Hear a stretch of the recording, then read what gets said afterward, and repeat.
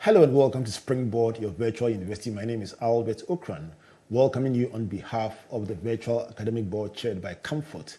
This is your most inspirational show and the point of convergence for the greatest minds.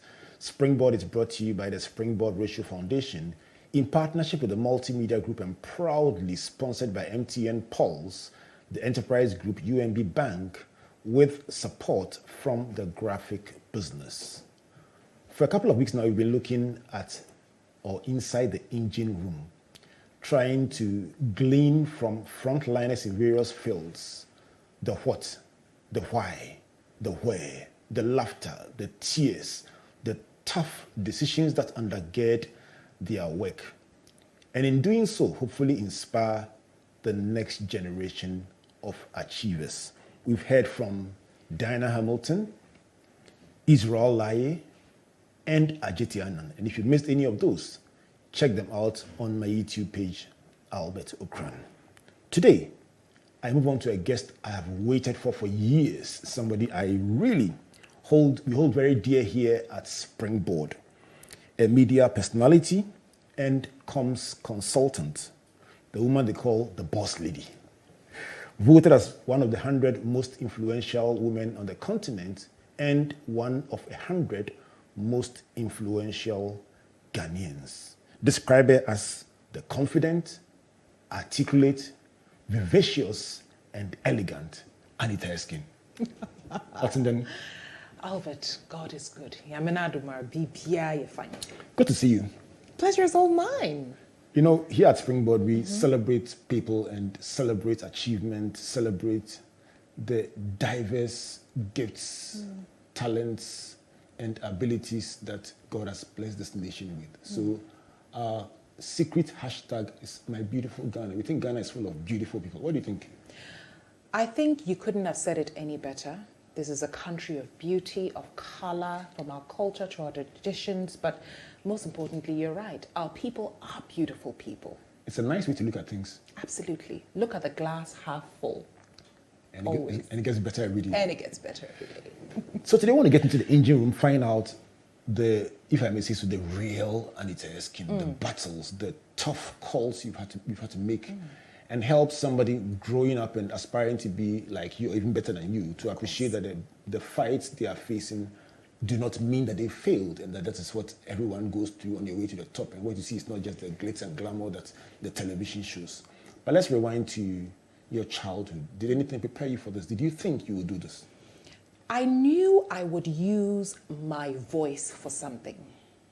What it was going to be was then revealed to me as I grew older. But I did have immense respect for people who would take the camera lens and use it as a channel of connecting with hundreds and thousands and millions of people. I mean, can you imagine being in a studio and not knowing whom you're having a conversation with, but be able to bring your best foot forward all the time, just in case somebody out there needed you to inform them, educate them, entertain them. So when I was young, I knew that I would be in some kind of seat or some kind of stage or under some kind of spotlight. What it was going to be, how it was going to be, where it was going to be, is what I didn't know. Were there any people that you looked at and you were like, this is the kind of person I would like to be? Any role models, any on camera? On camera, I always religiously watched Gifty Auntie, Barbara Adu. I mean, these were the women on GBC at the time. Admire their craft, chart your own unique path. Indeed. You noted I described you with the word vivacious, because I felt that you come across with a lot of energy and drive and excitement about what you are doing. Yes. Where does that strength come from? It comes from accepting that the world evolves very quickly, the environment changes very quickly, and you know, as you're growing older, so is your audience. Don't you want to give your audience something different every single day? I mean, we're human beings, so you know what, Albert, when you and I, wake up in the morning, we look at our children or we look at our world, we look at our business. Aren't you inspired to do something different every single day you wake up? Absolutely. And that is what has been my guide. With evolution should come my personal evolution, and I should be able to give my audience something new as many times I can, as often as I can. So that viciousness comes from never wanting to be comfortable. I don't like comfort. For me, I not your wife. I love comfort. We love comfort, Ocran. But I don't like the feeling that I know how to do something so much that I don't even need to worry about it when I wake up in the morning. And that fire is what makes me go for more every single day. Is that what wakes you up at night? It's what keeps me up till 3 a.m. plus Netflix. But I didn't hear that one. But it's what makes me ask myself that if Albert knows Anita can do A, B, C, and D, what can I do to shock Albert, the good kind of shock, tomorrow? What do I think Albert would want from Anita, in a week or in a month? Because Albert forms part of my audience. You know what I mean? So you can't give your audience the same thing every single day. So that's what keeps me up. What else can I do within or beyond my means that can make my audience feel, yes, she is taking us into consideration, she's thinking about us, and as we change, so is she committed to changing and evolving. This book, 1001 Tips for an Outstanding Life, is one of probably the most engaging books Comfort and I have written. And we talk about 1001 lessons, and the last 10 are what I call the greatest lessons of my life. And one of them is the law of the iceberg.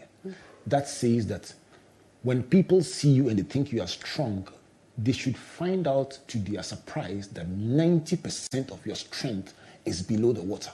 Absolutely. So what they see should just be a 10% glimpse at your real strength. Is that what you're describing? That is what I'm describing, because honestly, my brother, when I sit in front of people, it's the end result of days, weeks, months, sometimes, and most times years of something I've been preparing. Give us an example. Help us to appreciate that long, drawn-out, unseen process of preparation. When I started my career, one of the things I knew I wanted to accomplish was relevance, influence, impact, power. And I knew I couldn't get those. Give me those four again. Relevance, influence, impact, and power. I knew I couldn't achieve them by merely being a talent. I knew I could only achieve them if I owned, if I empowered, if I shared, if I taught. I don't know how that wisdom came to me. One can only imagine that the good Lord has his own reasons for choosing some of us to do what we do. But as young as 17, 18, 19, I knew that I didn't want to show up in your living room via TV, just delivering something to you. I knew that I wanted to have that relationship beyond the TV set, beyond the radio microphone. I knew I wanted to be in charge of who you become. And I prayed for it, Albert. I prayed for it. What do you pray for? I pray for the ability to walk into somebody's life and use the gifts and talents and the skills I've acquired over time to change their life. And maybe that change may come from me being bold enough to share my own mistakes so that you can learn something today, so that you don't have to necessarily walk the path to make that mistake. But if I catch you today with the kind of gift, wisdom that I have, that I've been preparing, and as you say so well, below the water, then maybe, Albert, you'll become a better person just by listening to us over the next hour. So if I understand you right, you're saying that in every line of engagement that you are involved with, unseen to the person consuming your service, is a relentless desire for relevance, influence, impact, and power delivered through your gift and talent. Is correct? With strategy and planning. Tell me about strategy and planning. To be able to change my world, and by the way, to your wonderful listeners, it's important that they know that this mentality, this planning, this direction didn't come in a day. It was built over years and decades. An army doesn't wake up on Monday and plan to go to war on Wednesday. An army takes time to sit in the engine room, as you put it, around that table and plots and plans. I'm not eager to be the first, but I'm eager to be the first that you will remember or the first that you will recall. What's the difference? To be the first, I don't have to care about quality. I don't have to care about, how much time. As actually, I need to press the fast forward button. To be the first, all I have to do is wake up and decide that today is going to be the day. But to be the first that you will recall and the first that you can really say to yourself, wow, I have never felt this good about myself till I encountered Anita Erskine or till I came into contact with Anita Erskine. I need to know who you are. I need to take my time to even rediscover who I am at every turn in my life. There are two things I'm exploring or I'm curious about. How did you get here? Rewind back to your childhood. You saw models doing what they do. And I'm talking about models in the media doing what they do, and you found out, or you had a sense that you have a voice and you would like that voice to make a contribution. And while you admire their craft, you told yourself you would be different. Beyond that realization, how did it evolve to be who you are today? This question is coming at a very timely time because I'll show you the connection. I lost my father 2 months and a bit ago. Sorry about that. And of course, thanks. Of course, when you lose someone who has such influence in your life, you play back what the person has done to you. So, Albert, I merged my passion for this wonderful space of media that I've lived and worked all my life with discipline from my father. There's Is it a military part of him? There's a military. When he used to bring it domestically, it was soft, but it was still military. Right. I have a similar background. So I can relate to it. So you get what I'm saying. I'm packed into one family. Yes. My father was Navy. My uncle was an army general. Yes. Then my grandfather After was whom you're police. named. So it was packed into one. So you family. get what I'm saying. I get it. You cannot be. You can be human, but you have to be the kind of human that exudes discipline. And by the way, I've not always been disciplined. I mean, there are moments when my humanness overcomes the teachings, that my father left. But to answer your question, at that age, I knew that whatever I did, it had to exude the excellence, the discipline, and the formality. There was a certain level of being formal when dealing with people because you are dealing with people's emotions and their mentalities. So I knew that at that age. That is why I say there was not just the desire to be different from the perspective of what I wanted to do, but how I did it. What was the first day? Tell me about your first day in front of the camera. It was in 1997, Metro TV sat in a hot seat because the host for that program had fallen ill. I was sitting in the adjacent room, organizing my tapes for the following day because my job was really just to library and compartmentalize all the tapes and summarize them. And somebody knocks on the door. Charlie? Do you remember who it was? The head of MCR. I can't remember what his name was, but it was literally, Charlie. Say the kind, program no. Be program no. Like literally, say be program no. Talala friend or say be program at 10 o'clock. See about 9:45. 15 minutes notice. Albert. And at that point in time, you've been dreaming for this. You've been wanting it. Do you say, oh no, mukaya last week anka? No, you don't say that. Don't you go on your knees to pray for certain breakthroughs? Don't you even while you're sitting somewhere and nobody can read your thoughts, don't you say, I wish. So the moment came and I had 10 minutes. You say 15 minutes. In television, as you know, it's 10 minutes because the last 5 minutes are to make sure that everything is fine. Correct. And I sat in that chair. Ready or not, here I came. How did it go? It was disastrous.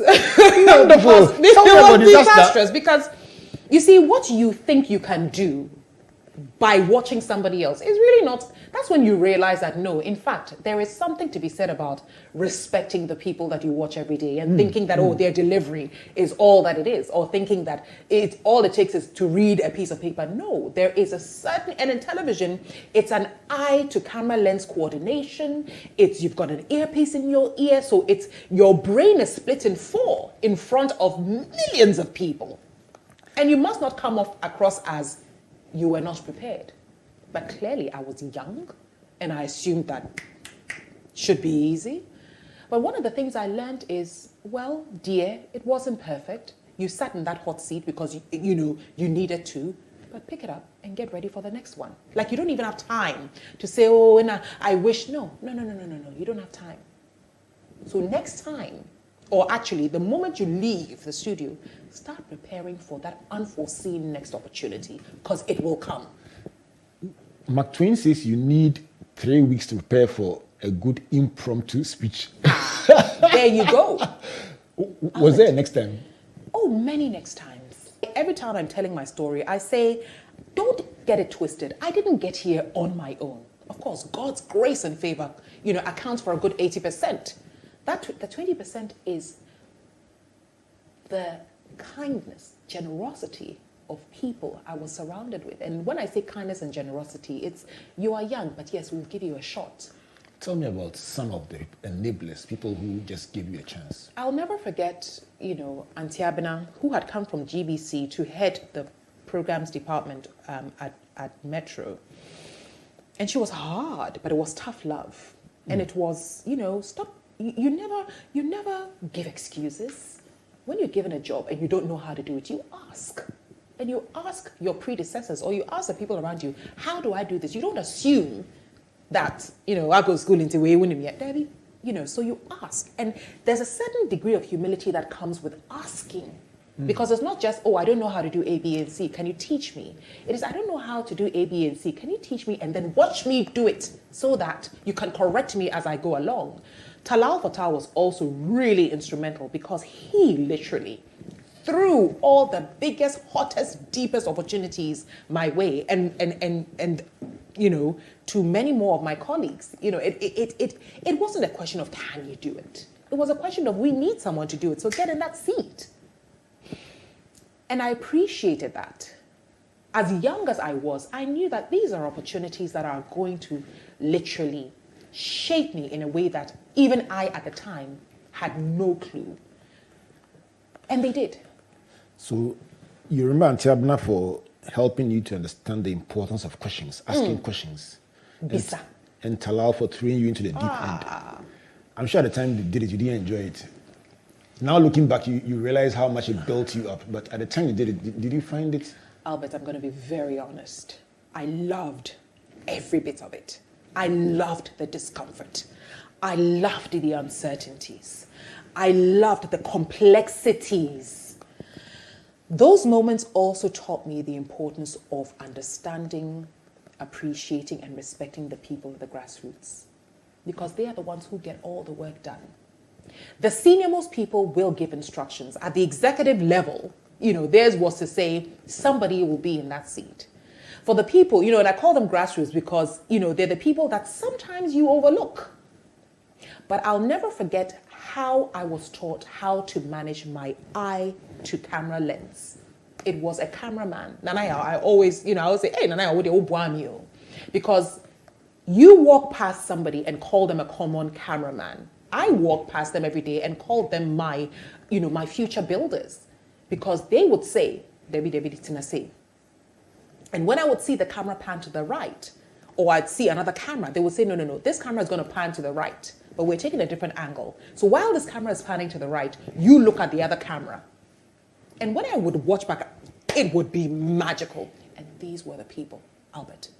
These were the people. They didn't have the biggest portfolios. They didn't have the biggest names. Quite frankly, sometimes in the end credits, their names were, but these are the people who held me up.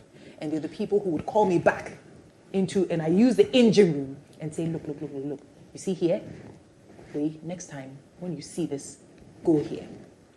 Would you say that your appreciation, even then, of their contribution was a key factor in they opening you up to even more than you knew in the engine room?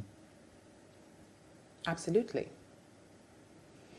You know, my father always used to say, you've got three, when you are a certain person in a certain category or you have a certain portfolio, there are three people you should always bond with. Your driver, your chef, and the person who takes care of your clothes. For a military man, he didn't add a dentist. I'll ask him in my conversation with him, you know, but yes, your driver, the person who's going to move you to point A, from point A to B, and has to do that at a certain time, or within a certain time. Driver, chef. Your chef, the one who will feed you before you go into that very important room. Hopefully he's made you a good meal that can sustain you for the rest of the day. Hopefully he didn't try anything new that will imbalance your tummy. And the last person, the person who puts your clothes together, the person with whom you are going to tell or converse about the next program and how you need to look, the person who knows how to iron your trousers so that line or the filthy pepe. If that person on that day decides they not only do they ruin your outlook, they ruin your entire, you know, what's the word? Your day is gone. Your day is gone. You know, the funny thing, coming from somebody who has a close military connection, I can tell you that the first two are about survival. Yes. Yes. And it's key for them at that level. Yes. I mean, General Ocran would never enter a house and exit through the same entrance he came. The first thing he does is look for the possible fire escape or other exit. And when he's going, he wouldn't even tell you, he just go through that particular door. That's what he used to do. So the driver is about survival. The chef is about survival. The last is about appearance. Now, if you joined us for this military review, it is Springboard, your virtual university. Today's series is in the engine room, and my guest is Anita Erskine, literally blowing us apart with some very interesting insights, and I'm really compiling them, as is our custom, to share with you before this program is over. I'm going to go for a break to allow her to catch her breath, and when I come back, ask her what she mentioned in passing, her mistakes. Call a friend to join us in the engine room because it's about to get even better. Let's cross over to Nicole for the Game Changer segment. Today talking about creativity and get a couple of messages from our beloved sponsors. And come back to Anita. Please don't go away. Creativity. A research by Stanford University professors has shown that only 16% of respondents reported getting creative insights while working actively. Rather, creativity is enhanced through reflective actions or when the mind is left to wander.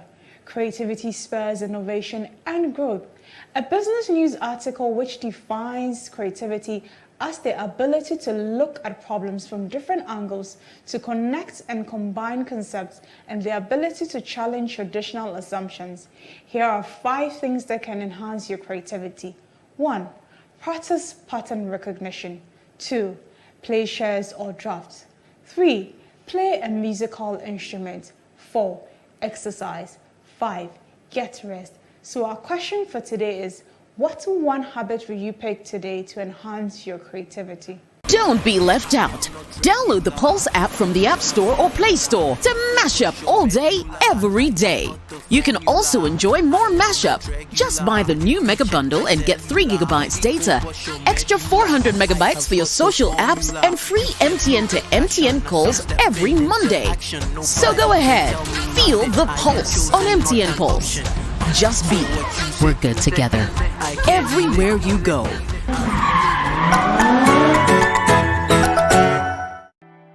There once was a man who had it all.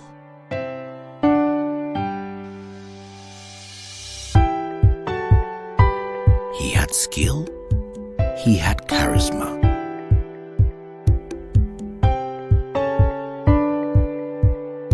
He was loved by all, but above all, he knew the importance of helping others, lifting others up. He knew the importance of giving other people an advantage so that they too would use that advantage to help others. All you need is that advantage that sets you apart from the rest. And when you discover that advantage, life's challenges don't seem so daunting anymore. That's where we come in. Enterprise, your advantage. UMB was established in 1972 as the premier bank for the corporate and private sector in Ghana. From our very beginning, as the only Ghanaian bank serving all categories of businesses, we set a standard for excellence and innovation. Over the past 45 years, we've built a financially healthy and strong bank, demonstrated our commitment to our customers and to growing businesses, and exhibited originality and innovation at every turn. At UMB, our focus is built around people, service, products and technology. These are the key to our present success and our future triumphs. At UMB, we are poised to make a difference not only with our customers, but also in the banking industry. We invite you to share in our future. Our future starts now with you.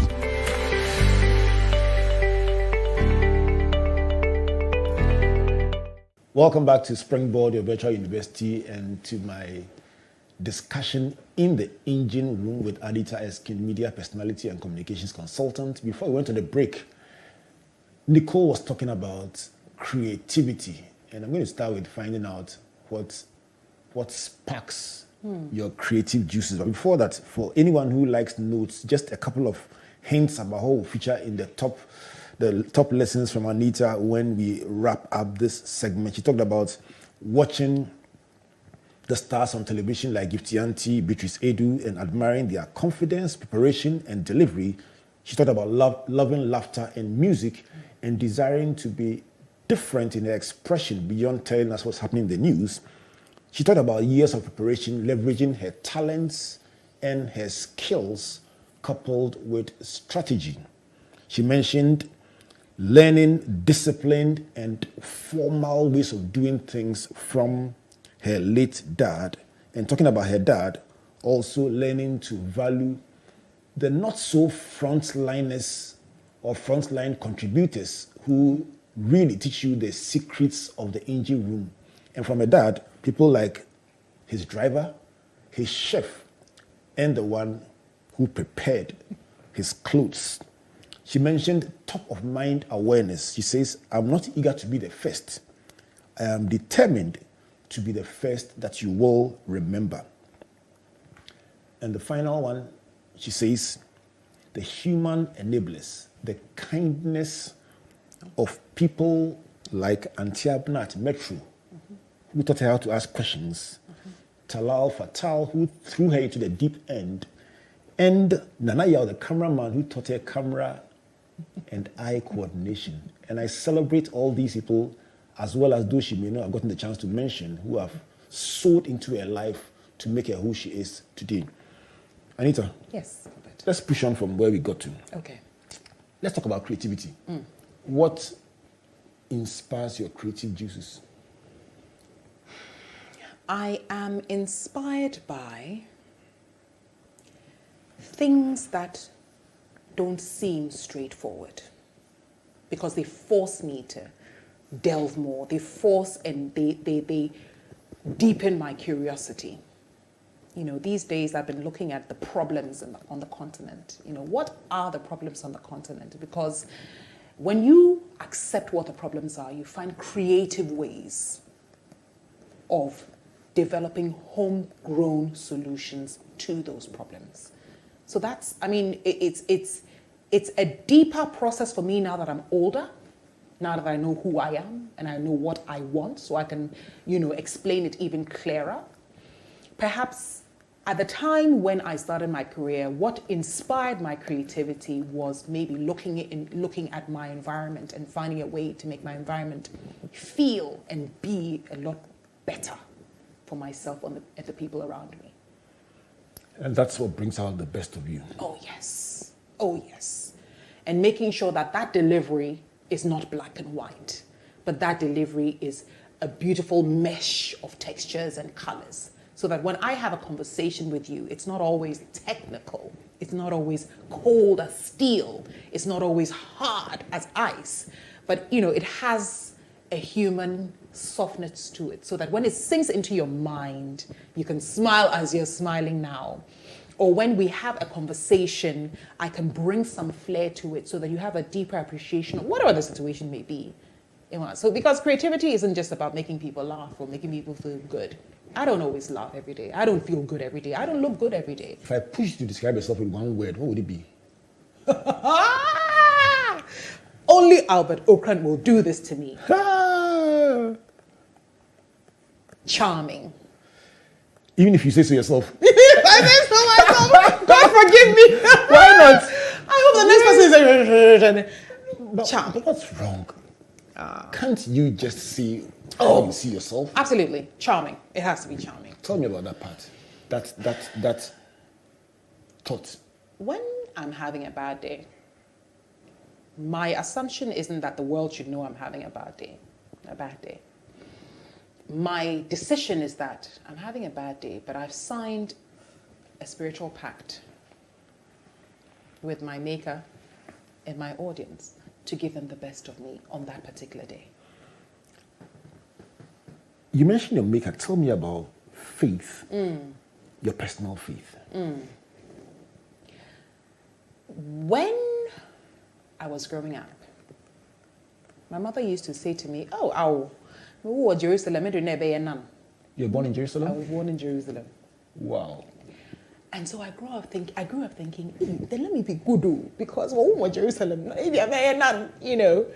Of course, at a point in time, I realized, dear Father, you created me for something big. I don't know what it is, but I can feel it. So as you can see my future, please make sure that I don't do anything that would create any impediments. Because I know you've created me. I mean, before my mother conceived me, I know you, this God. You created me for something big. You talk to God a lot? Every time. On my way here, every time. Every time. Are your discussions funky? Our discussions are about, Father, I don't know who I'm about to meet. I don't know who I'm about to talk to. But you are ordering my steps right now. The phone call came for a reason. Plan. It's part of your plan for me. So from the most insignificant opportunity to the seemingly significant opportunity, you drew this in my plan. And I don't know what the plan is, but guide me. Have you seen this kind of prayer deliver you from danger, from wrong contracts, from bad decisions? Have you seen prayer? I'm a human being, so I've made lots of mistakes. Tell me about them. Sometimes I talk about strategy and planning, but I'm the same person who's going to say, yeah, sometimes, Albert, you forget that there's a plan. You forget that there's a strategy, and you go left or you go right.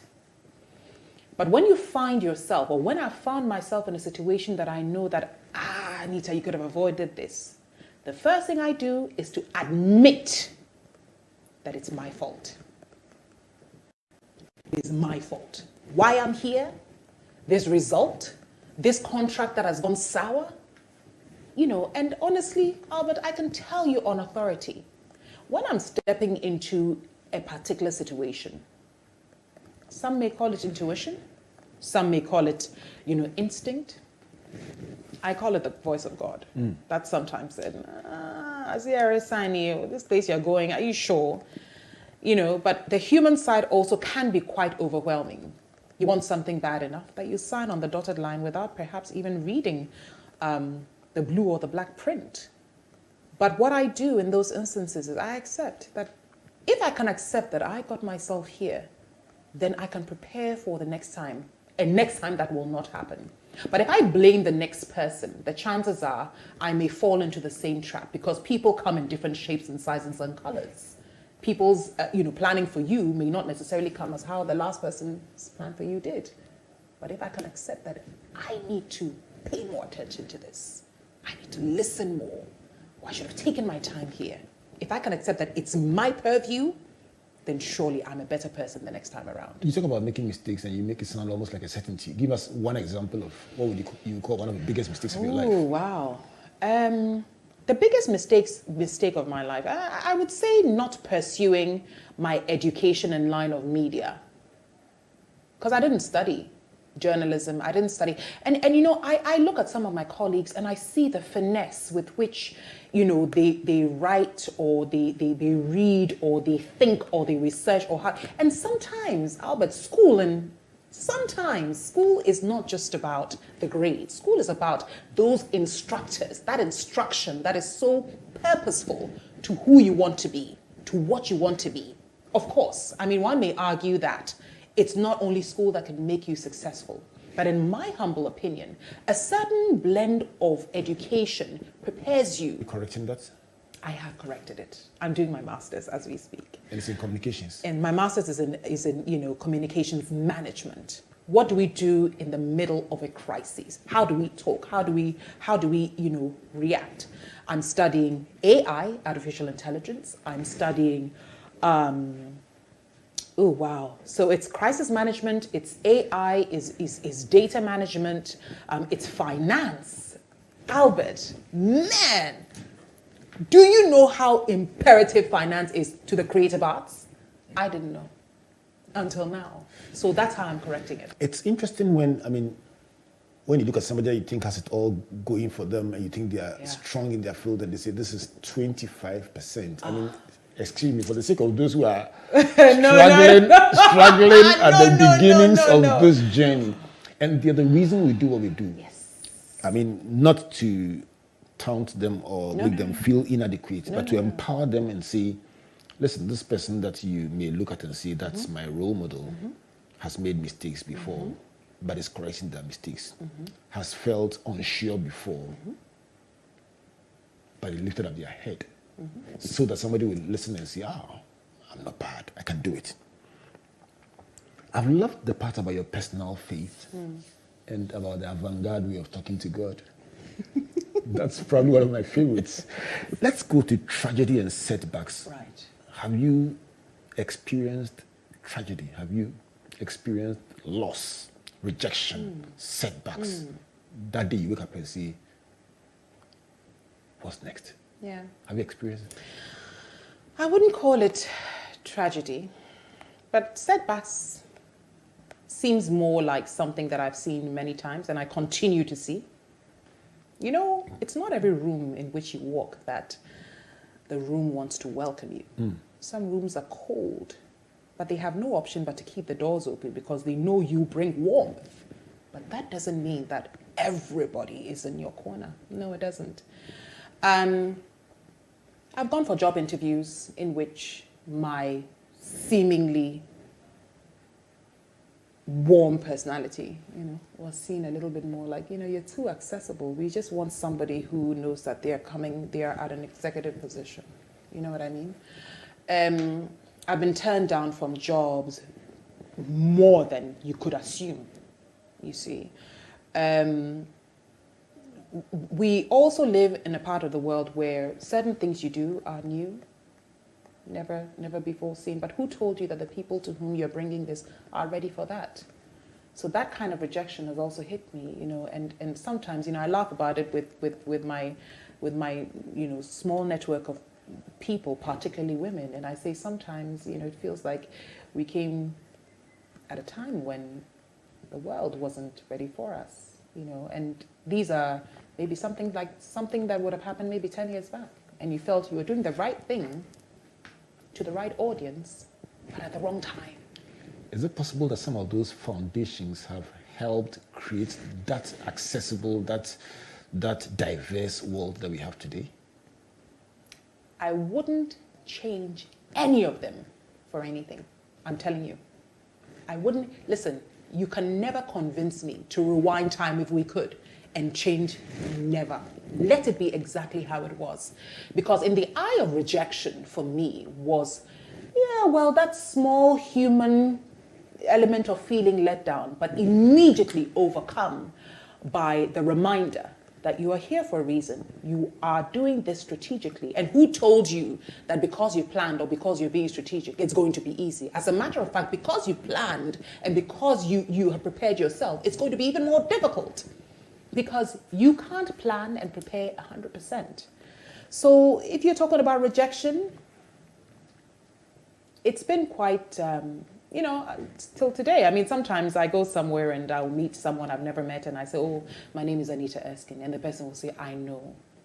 And there's that look of, why are you telling me I know who you are? And I always tell them, I'm not assuming that you know who I am. As a matter of fact, I'm not assuming that you even want me to be here.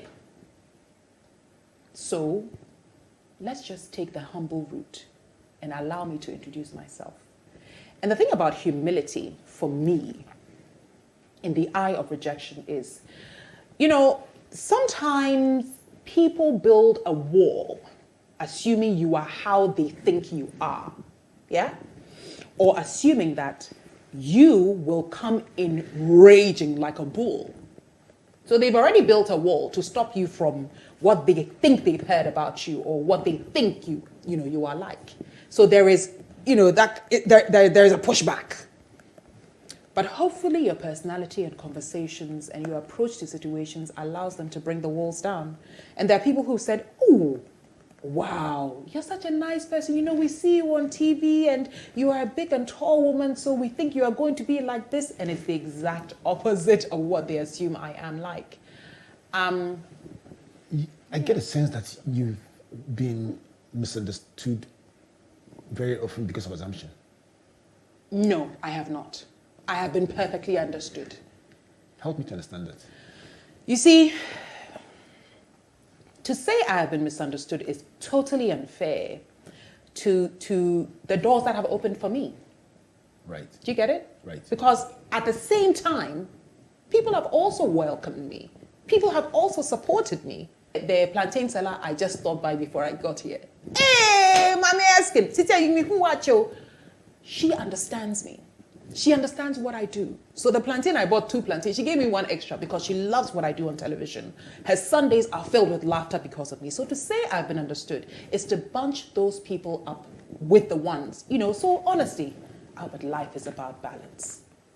Do you honestly think everyone will understand you? No. But do you also think that everyone will misunderstand you? No. So there's a fine and fair balance between the two. But it's our job to take the ones who misunderstand and show them that, listen, if you can explain to me why you misunderstand me, it might even be basis for me to say, oh, okay, then maybe I need to change how I do this. Because how you may speak or how you may act may not necessarily be, quote unquote, palatable for everybody. I love to crack jokes. And something happened a few weeks back while I was on set. At lunch, there was a conversation and there was a young man, I was having a conversation with him and I passed a comment about himself and his family life. And everybody around the table laughed because I am like that. Everyone but him.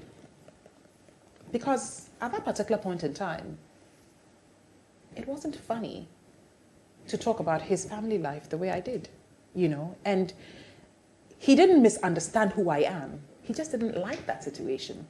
So you can't assume that, no, I had to take 2 steps and I said, yeah, well, it's true. There were 30 people in that room. I do have a loud voice. And to pass a comment like this to this particular person wasn't nice. So I had to go back and apologize. How did you repay it? Oh, I went back to apologize. How did he take it? He wasn't necessarily receptive immediately. But you know what? I just said, Charlie. You've done your part. Yeah, sorry, why? I mean, and then he said, well, boss lady, me dopa, me Judy pa, and he said, and I said, oh, I'm pa, my nyade. Does it come with being a larger-than-life person? Yes. Find that part of you that helps you be accountable. Albert, you can't be the greatest if you can't say sorry to people. As a matter of fact, if you can't say sorry to your own self. Do you want to be the greatest? Of course. Don't you want to be the greatest? Help me understand it. You are the one in the engine room. Whose engine room you are in? Tell me about the greatest. Greatest is be the best at what you do. As I said before, change the lives that you've committed to changing. Help those who come to you for help.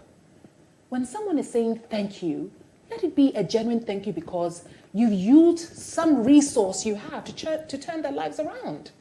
Who do we sign a contract? Above all else, we sign contracts with ourselves. Listen, when you go and find a job, when you are working with a company or working on your own, I challenge you to ask yourself, this job that I'm doing, who is it for?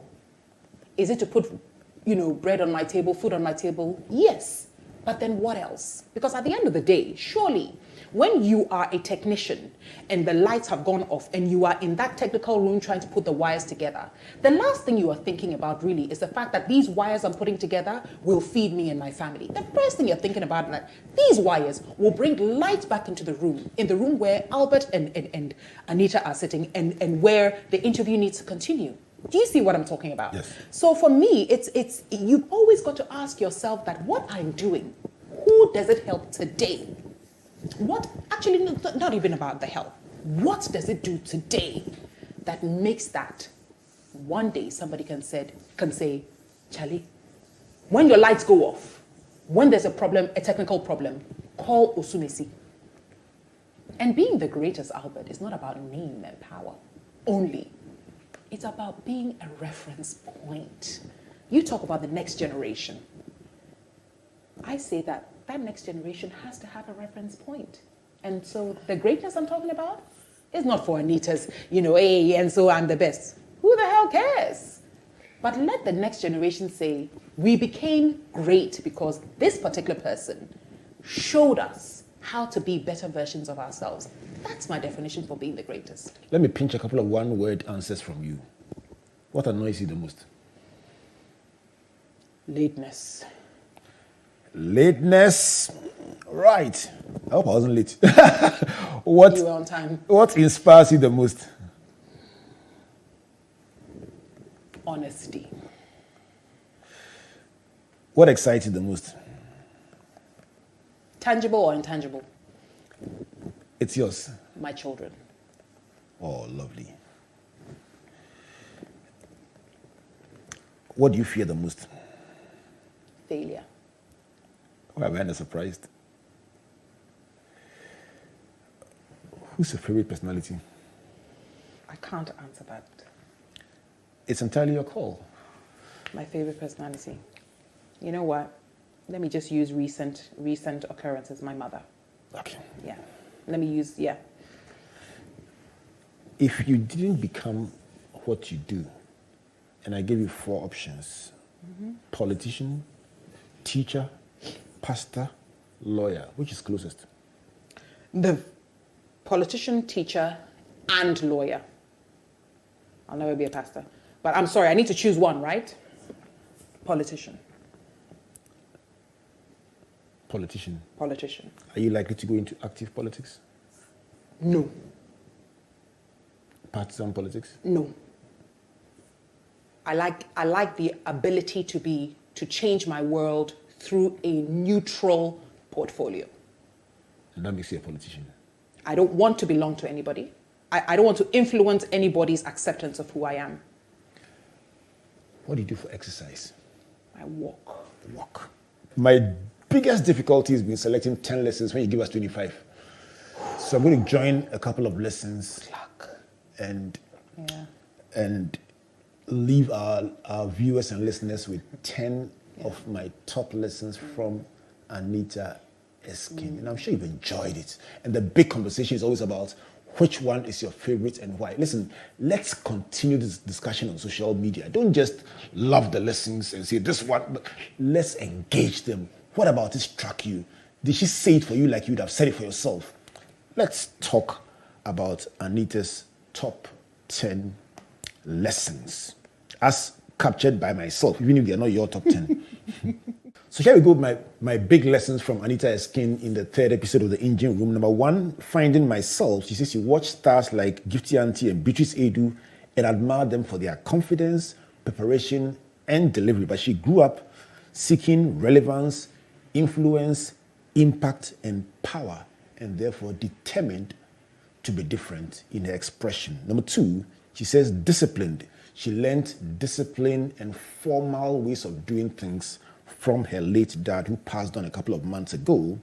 Number 3, top of mind awareness. She says, I am not eager to be the first, but I am determined to be the very first that you will remember.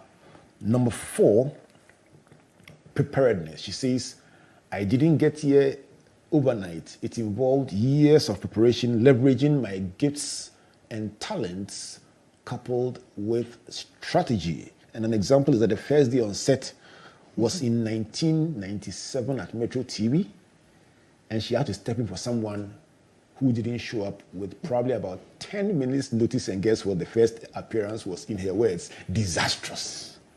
Number 6 is about human enablers. Following that disastrous effort, she wants to remember the kindness and generosity of several people who have invested in her journey, including people like Auntie Abna at Metro, who taught her how to ask questions, Talal, who threw her into the deep end, and the cameraman, Nanaya, who taught her camera eye coordination. She says her father said, don't just appreciate the top line people who invested in your life, but the so-called not so frontliners. He valued his chef, his driver, and the one who prepared his clothes for obvious reasons.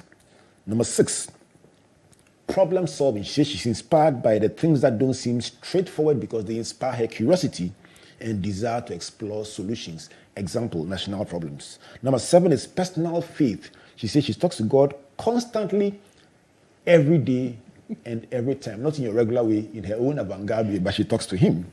And she often hears the voice of God when making important decisions. Someone will call it intuition, but she says she hears from God regularly. Number 8 is about mistakes. She's made several mistakes, sometimes ignoring that voice of God that she mentions, but one of them she can remember is not pursuing communications education formally earlier in her life. But guess what?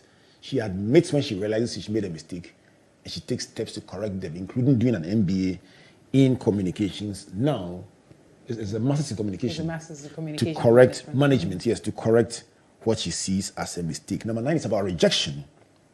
She's been rejected for being who she is, assertive, confident, and larger than life. But she says humility helps because many times people find out who you are and then appreciate you for who you are after the initial disquiet. But in everything, even in rejection, she sees a purpose in it. And then the final one, very special, the greatest. She says one word to describe her is charming, and why not? And in everything she does, she wants to be the very greatest at what she does. And she sees herself as having a contract, not with her employer at any time, but with herself to be the very best at what she does. Is that a good summary? Excellent. I need to borrow it and use it. Can I? But this is friend. It's all yours. Is your intellectual property? It's your thoughts. Your thoughts captured by me. I'm glad the world can hear and see us. So thank you, Albert, for giving me It's coming straight to you from my iPad. Oh, I love how you archive everything. It's exceptional. Which of these 10 is your favorite? I know you love them all. Which of the 10? I think the last one, greatest. It cuts across. It's a lovely culmination of all the lessons and all the people, all the places, and most importantly, that pact that you have to always show up and show off what God has done for you, and not by virtue of just the spirituality, but by virtue of the opportunities that He has given you. So don't just show up, show off that God is good. I like that one, and I would like you to end by looking into this camera, just talking to somebody out there who is listening, fortunately listening at the lowest point of their lives and saying, oh, it's so good for her. I wish it was like that for me. Yeah. A minute to just speak to them and inspire them. It's always very easy to assume that somebody is better than you, or they have more than you, so they can do better, they can be more, they can go to more places. But you are not just a statistic, you are not just a number, you are a human being occupying a very important place in the world. And that's why God created you. When you feel that you are low, you can't achieve, it's important to even understand from the good Lord why He's brought you down to that level. He may have brought you there because there are certain things you're overlooking. There's certain things that you are not paying attention to. There's a certain greatness within you that you're not tapping into. And sometimes that moment of being low is a moment of self-reflection. And I've had those moments so many times. So, you know what? Don't let my appearance, my voice, my how I express myself fool you into thinking that it was something that happened like this. It is a result of many of those low moments and telling myself that if I brought myself here, the good Lord is bringing me there to learn an important lesson. What can I learn from it, and how can I bring myself up so that I can continue to be an example of not just his greatness, but my own greatness. So you can do it. You can be it. I mean, you are it. Ask yourself why you're there, because there is an answer. Give yourself that answer. Pick up the pieces. Lean in. Step up. Go out and be the greatest you can be. And I knew the words "the greatest" would definitely feature in that conclusion. This has been Anita Erskine in the engine room, and I told you, I warned you, I knew she would be absolutely engaging. And Anita, I want to say a big thank you to you for coming. I want to say a big thank you to you for coming, and to say that this has been a very, very, very important conversation for me. And I trust that somebody out there has been blessed in a very special way. Amen. Let's do this again. Absolutely. Anytime. Anytime, any day. A big thank you to MTN, Pulse, UMB Bank, the Enterprise Group, the Multimedia Group, and on Tuesday in the graphic business on page 18, Anita Erskine in the engine room. Every word that she has shared will be captured with all the 10 lessons published for the whole world to know what we did right here in the studios. So we do this again next week. My name is Albert Ocran, saying God bless you, and God bless you.